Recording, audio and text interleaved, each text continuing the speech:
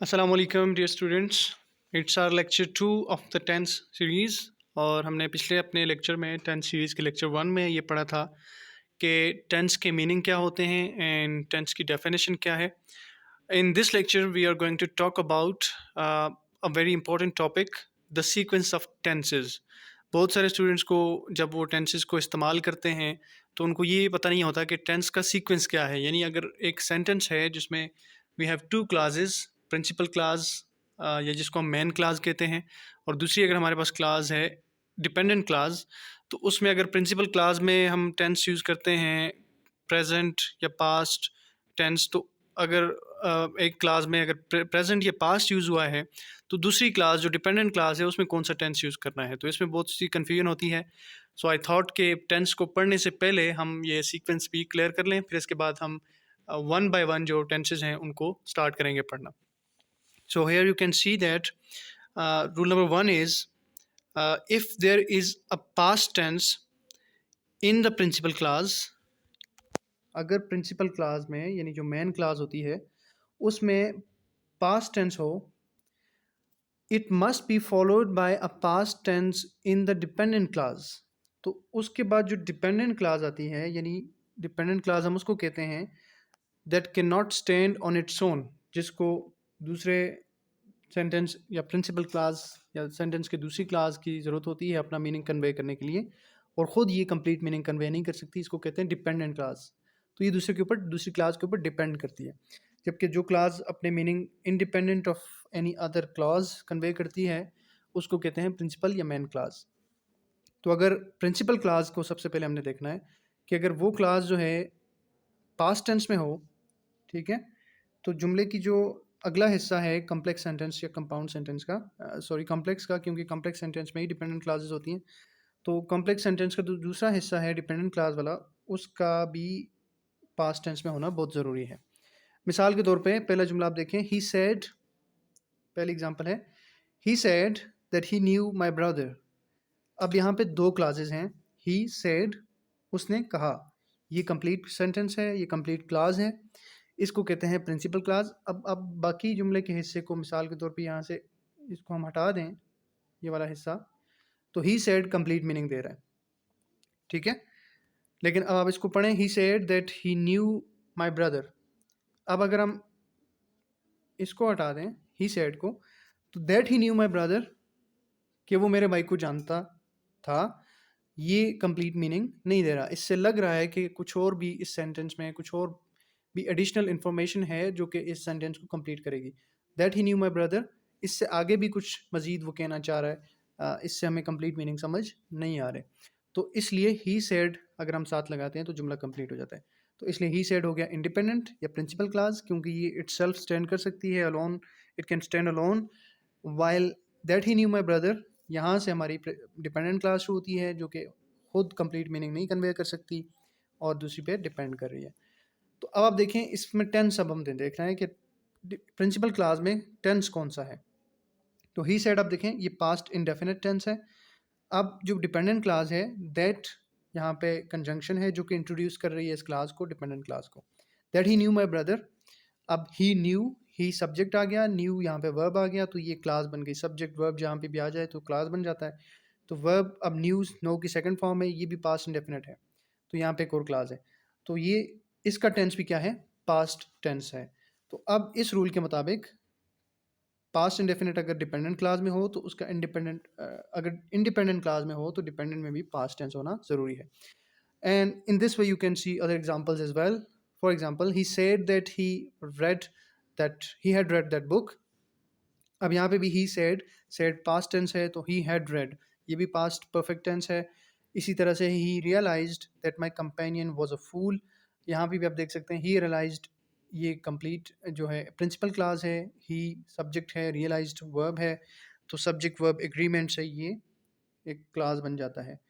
उसके बाद that my companion was a fool, यहाँ से दूसरा क्लास शुरू होता है जिसको हम डिपेंडेंट क्लास कहते हैं। तो दैट यहाँ पे कंजंक्शन है अगेन, और my companion was a fool, my companion subject हो गया, वॉज अ फूल बाकी पार्ट हो गया सेंटेंस का। तो यहाँ पे वॉज जो है ये पास्ट टेंस हमें शो कर रहा है। उसके बाद she discovered that she had been deceived by that man, she discovered complete independent clause है, that she had been deceived by that man ये डिपेंडेंट क्लास है, तो शी सब्जेक्ट आ गया, डिस्कवर्ड यहाँ पे इसमें वर्ब आ गया। उसके बाद शी यहाँ पे अगेन दूसरा सब्जेक्ट है, और उसके बाद है डिसीव्ड, हैड बिन डिसीव्ड, तो ये इसको सब्जेक्ट वर्ब एग्रीमेंट से ये एक और क्लास बन जाता है जो कि डिपेंडेंट क्लास है। And in this way you can see other examples as well. Alright, so अब फर्दर जो है इसमें इस रूल में एक एक्सेप्शन है that we are going to discuss here, और ये एक्सेप्शन है कि there is one important exception to this rule. The past tense in the principal class should be followed by present indefinite, ये बात आपने याद रखनी है, प्रेजेंट इंडेफिनिट। अगर यहाँ पे तो हमने पढ़ा था कि सेंटेंस के प्रिंसिपल क्लास में जब पास्ट टेंस हो तो डिपेंडेंट में भी पास्ट टेंस ही होगा, लेकिन यहाँ पे एक एक्सेप्शन है कि अगर पास्ट टेंस प्रिंसिपल क्लास में है तो उसके बाद प्रेजेंट इंडेफिनिट टेंस भी एक सूरत में आ सकता है डिपेंडेंट क्लास में, और वो केस वो कंडीशन क्या होगी कि जब आप कोई भी यूनिवर्सल या हैबिचुअल फैक्ट जो है वो डिस्क्राइब कर रहे हैं डिपेंडेंट क्लास में, तो फिर आप प्रेजेंट इंडेफिनिट टेंस भी इस्तेमाल कर सकते हैं। यानी पहले प्रिंसिपल क्लास में पास्ट टेंस होगा, उसके बाद जो डिपेंडेंट क्लास है उसमें प्रेजेंट इंडेफिनिट सिर्फ उस केस में हो सकता है when you are going to express a universal truth और a habitual fact. For example यहाँ पे आप देखें, he said that God helps those who help themselves, he said is principal class, that God helps those who help themselves, that से आगे dependent class शुरू हो जाती है, और दैट जो है ये कंजंक्शन है जो कि डिपेंडेंट क्लास को इंट्रोड्यूस कर रहा है और इसको डिपेंडेंट बना रहा है actually. He said past tense है, दैट गॉड हेल्प्स वर्ब की फर्स्ट फॉर्म प्लस एस और एस लगा हुआ है, तो ये प्रेजेंट इंडेफिनिट टेंस है यहाँ पे, क्योंकि ये यूनिवर्सल फैक्ट है कि गॉड अल्लाह ताला उनकी मदद करता है जो अपनी मदद आप करते हैं, तो इट्स अ यूनिवर्सल फैक्ट, इसको आप प्रेजेंट इंडेफिनिट टेंस में यहाँ पे डिस्क्राइब कर सकते हैं। Second example is he did not know that the earth goes around the sun, यहाँ पे अगेन आप देखें यूनिवर्सल फैक्ट है, he did not know is a past tense, यहाँ तक ये प्रिंसिपल क्लास है, ठीक है।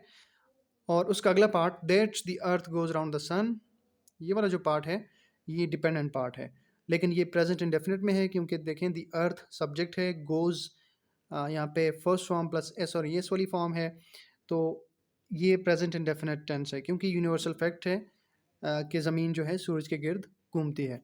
तीसरा सेंटेंस है I was glad to know that my servant is honest, I was glad, I subject, was इसका वर्ब हो गया सब्जेक्ट वर्ब, तो आई वॉज ग्लेड यहाँ तक टू नो ये एक कंप्लीट सेंटेंस हो गया। That my servant is honest, so that my servant is honest से आगे ये जो सेंटेंस का पार्ट है ये डिपेंडेंट क्लाउज है, तो यहाँ पे माई सर्वेंट सब्जेक्ट इज़ यहाँ पे वर्ब हो गया, और ऑनेस्ट जो है ये कम्प्लीमेंट हो गई, ये हम बाद में सीखेंगे कि कम्प्लीमेंट क्या होता है। तो ये इस तरह से डिपेंडेंट क्लास बन गया, तो ये एक उसका उसके सर्वेंट की जो एक उसके बारे में फैक्ट है कि वो बड़ा ऑनेस्ट आदमी है, तो इसको आप प्रेजेंट इंडेफिनिट टेंस में बता सकते हैं। He was surprised to learn that his friend is so suspicious. Again, we have a principal clause in the past tense. He was surprised to learn. And we have a dependent clause in present tense that his friend is so suspicious. So I hope you got this. यानी जब भी इस rule 1 के मुताबिक जब भी कोई principal class past tense में हो तो उसके बाद जो डिपेंडेंट क्लास आती है उसको भी पास्ट टेंस में होना लाजमी है, लेकिन एक्सेप्शन यहाँ पे ये है कि जब कोई प्रिंसिपल क्लास पास्ट टेंस में हो और उसके बाद आने वाली डिपेंडेंट क्लास में कोई भी यूनिवर्सल फैक्ट या हैबिचुअल फैक्ट हो तो उसको आप प्रेजेंट में डिस्क्राइब कर सकते हैं। So that's rule number 1 for the sequence of tenses. Now will move on to rule number 2। So here we go, rule number 2 is if there is a present or future tense in the principal clause।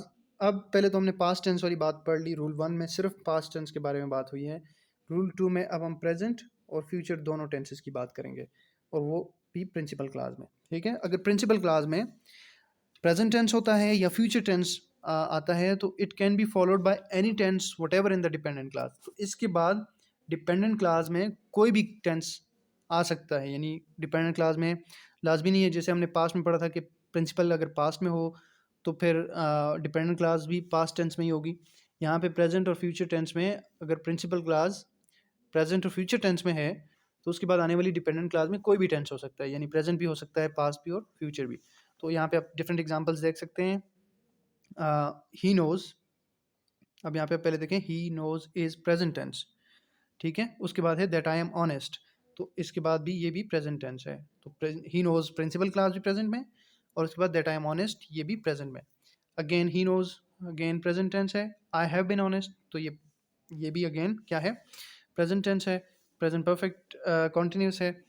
उसके बाद जी he knows that I was honest, तो अब देखें principal class में he knows वही repeat हो रहा है प्रेजेंट टेंस, और आई वाज या वाज से हमें पता चल रहा है कि ये टेंस जो है ये पास्ट टेंस है। तो अब यहाँ पे पहले वाला प्रिंसिपल क्लास में प्रेजेंट टेंस और डिपेंडेंट क्लास में past tense. Then we have another example, he knows that I had been honest, तो यहाँ पे देखिए past perfect tense, I had been use हुआ है, हैड बीन पास्ट परफेक्ट का हेल्पिंग वर्ब है, तो ही नोज़ प्रेजेंट है। उसके बाद ही नोज़ अगेन प्रेजेंट है। आई विल बी ऑनेस्ट, तो यहाँ पे आप देखें फ्यूचर का टेंस भी डिपेंडेंट में इस्तेमाल हो सकता है। तो यानी रूल 2 के मुताबिक जब भी कोई टेंस प्रेजेंट में उसकी प्रिंसिपल क्लास हो तो उसके बाद आने वाली डिपेंडेंट क्लास प्रेजेंट भी हो सकती है, पास्ट भी और फ्यूचर भी। उसके बाद आप देखें कि इसी रूल के अकॉर्डिंग हमने ये पढ़ा है कि दूसरा जो पार्ट है इसका, अब ये अगेन कुछ फर्दर एग्जांपल्स दी हुई हैं। We have discovered who the man is, तो यहाँ पे वी हैव डिस्कवर्ड आप देखें ये प्रेजेंट परफेक्ट टेंस है। उसके बाद ये who the man is present है। Again we have discovered, present perfect के बाद हु द मैन वाज ये पास्ट है, who the man will be ये फ्यूचर है। तो यानी डिपेंडेंट क्लास में प्रेजेंट, पास्ट और फ्यूचर तीनों आ सकते हैं। फर्दर एग्जाम्पल्स उसने इलस्ट्रेट की हैं फॉर द फ्यूचर टेंस, ऊपर हमने पढ़ा था कि प्रेजेंट और फ्यूचर दोनों, तो अब फ्यूचर के बारे में ये एग्जाम्पल्स हैं कि I shall tell him what I read. तो अब आप देखें I shall tell him is the principal clause in this sentence, while what I read ये है dependent clause, what I read. यानी आप आई शैल टेल हिम को हटा दें तो सिर्फ what I read complete meaning आपको कन्वे नहीं करता, और जबकि अगर आप व्हाट आई रीड को हटा दें तो आई शैल टेल हिम आपको फिर भी मुकम्मल मीनिंग देता है, तो इसलिए ये प्रिंसिपल क्लास है। तो I shall tell him is in the future tense, what I read is in the present. तो डिपेंडेंट फ्यूचर यहाँ प्रिंसिपल क्लास यहाँ पे फ्यूचर टेंस में है, where is the dependent clause is in present tense. Second example में आप देखें, I shall tell him what I had read. I shall tell him ये फ्यूचर है, what I had read, what I read पहला वाला है जी ये past indefinite, I shall tell him what I read ये पास्ट इंडेफिनिट है। दूसरे एग्जाम्पल में I shall tell him what I had read ये पास्ट परफेक्ट है डिपेंडेंट क्लास में। तीसरे एग्जाम्पल में I shall tell him what I have been reading ये अगेन फ्यूचर है, और what I have been reading ये आप देखें प्रेजेंट परफेक्ट कॉन्टिन्यूस का टेंस है, तो पास्ट भी हो सकता है, प्रेजेंट टेंस भी हो सकता है। अब आप देखें I shall tell him what I read, तो ये अगेन व्हाट आई रीड ये प्रेजेंट इंडेफिनिट है, I shall tell him what I read पहले वाला ऊपर जो था व्हाट आई रेड उस वो रीड की सेकंड फॉर्म रेड है, वो पास्ट इंडेफिनिट। यहाँ पे हमने पढ़ा कि ये क्या है, प्रेजेंट इंडेफिनिट। आखिरी एग्जांपल में I shall tell him what I have read, तो यहाँ पे प्रेजेंट परफेक्ट टेंस, पहले में प्रिंसिपल क्लास में फ्यूचर है अगेन, और डिपेंडेंट क्लास में प्रेजेंट परफेक्ट। तो ये इस तरह के कम्बिनेशन में आ सकते हैं। अगर प्रिंसिपल क्लास प्रेजेंट या फ्यूचर में हो तो उसके बाद आने वाली डिपेंडेंट क्लास में आप कोई भी टेंस इस्तेमाल कर सकते हैं किसी भी प्रेजेंट, पास्ट या फ्यूचर में से। तो ये इसका सीक्वेंस है। फर्दर जो रूल नंबर 3 है, दैट इज़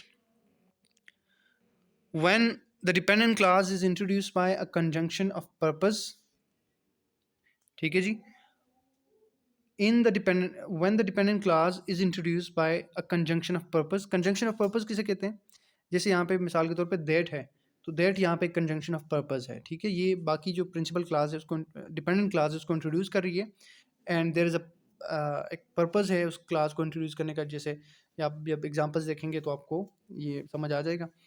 अच्छा, जब भी डिपेंडेंट क्लास इस तरह की कंजंक्शन के थ्रू इंट्रोड्यूस हो, the verb in the dependent clause must be express by may, तो उसके बाद जो वर्ब है यहाँ पे आप देख सकते हैं मे, उस वर्ब को उससे पहले आपने उसको एक्सप्रेस करना है मे के साथ।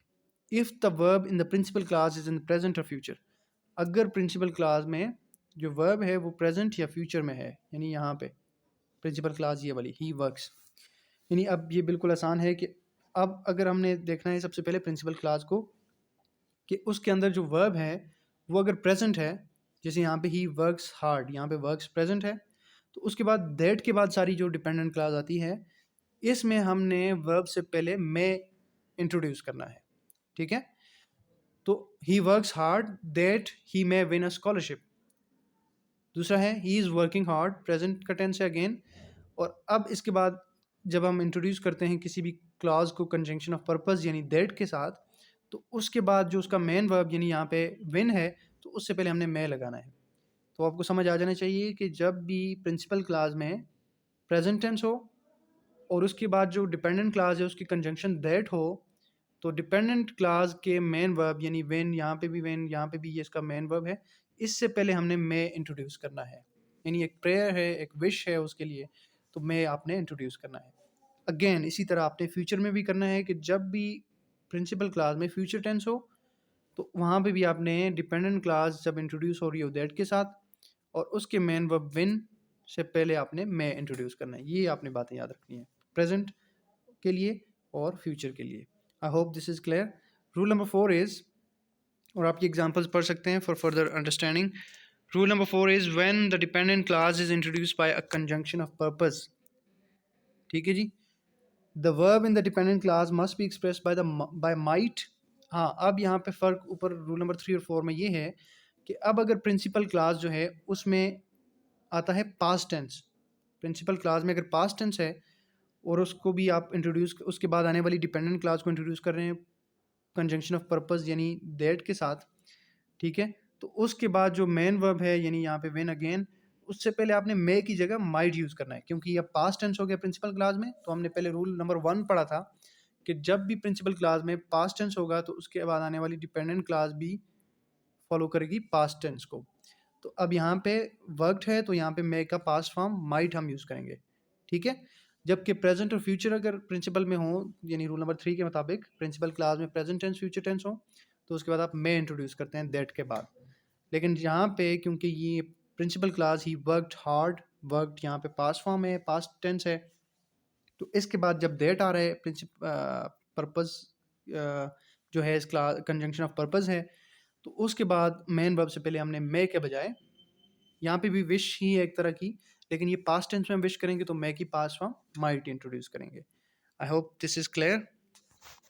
Rule number 5 is when the dependent clause is introduced by some conjunction of comparison। यहाँ पे अब डिफरेंट है, कंजंक्शन का फ़र्क है, कंजंक्शन ऑफ कंपैरिजन आ गई है। ठीक है, कंजंक्शन ऑफ कंपैरिजन इसको कहते हैं देन, THAN देन, जो आप कंपैरिजन के लिए यूज़ करते हैं। तो जब भी dependent clause conjunction of comparison से इंट्रोड्यूस हो, ठीक है जी, the verb in the principal clause may be in any tense. तो प्रिंसिपल क्लास का जो वर्ब है वो किसी भी टेंस का हो सकता है। ठीक है जी, जिस तरह यानी ये नहीं है कि लाजमी कि वो प्रेजेंट का ही हो या पास्ट का हो, बल्कि वो प्रेजेंट, पास्ट और फ्यूचर किसी भी टेंस का हो सकता है। जैसे पहला जुमला है ही हेट्स मी मोर, ये प्रिंसिपल क्लास है, यहाँ पे ही हेट्स से आपको समझ आ जाएगा कि ये प्रेजेंट इंडेफिनिट टेंस है। देन ही हेट्स यू, तो यहाँ पे देन के बाद जो टेंस है डिपेंडेंट क्लास का वो क्या है, वो भी प्रेजेंट इंडेफिनिट है। तो पहले हमने डिपेंडेंट क्लास को देखना है कि देन के बाद जो टेंस आता है वो प्रेजेंट इंडेफिनिट है। तो प्रिंसिपल क्लास में यहाँ पे अगर प्रेजेंट इंडेफिनिट है तो इधर भी प्रेजेंट इंडेफिनिट हो सकता है। दूसरे केस में अगर डिपेंडेंट क्लास में देन के बाद ही हैटेड आ रहा है यानी पास्ट टेंस आ रहा है, तो फिर भी इंडिपेंडेंट क्लास में ही हैड्स मी मोर फिर भी प्रेजेंट टेंस आ सकता है। यानी यहाँ पे हमने पढ़ा था कि एनी टेंस, तो अगर डिपेंडेंट में पास्ट है फिर भी इंडिपेंडेंट में प्रेजेंट आ सकता है। तीसरे सेंटेंस में आप देखें डिपेंडेंट क्लास में है प्रेजेंट टेंस ही हैड्स, लेकिन इंडिपेंडेंट क्लास में है पास्ट, तो यहाँ पे एनी टेंस आ सकता है। और इसी तरह से अगली एग्जांपल में यहाँ पे आ रहा है हेटेड पास्ट और यहाँ पे भी पास्ट आ रहा है, तो अब दोनों पास्ट आ रहे हैं। ठीक है जी, अब यहाँ पे again he hated you, then he hated you, यहाँ से आगे ये देन के बाद कंपैरिजन की कंजंक्शन के बाद है डिपेंडेंट क्लॉज, और जबकि उससे पहले he will hate me, will यहाँ पे आप देखें फ्यूचर टेंस आ रहा है। तो irrespective of the dependent clause, that of irrespective of the tense in dependent clause, you can use any tense in the independent clause. That's rule number 5. I hope the rules or the sequence of tenses, for the sequence of tenses, clear हैं आप सबके लिए. If you have any query, you can ask in the comment section. I hope it was helpful. Thanks for watching.